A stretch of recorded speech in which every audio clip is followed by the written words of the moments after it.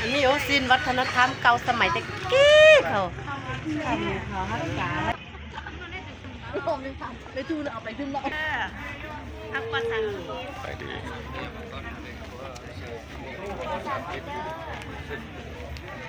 สนใจอันนี้สามารถเอาไปปลูกอยู่บ้านได้เด้อนี่นะเงินเอาไปเฮ็ดได้เนอะได้ติดต่อหามีบท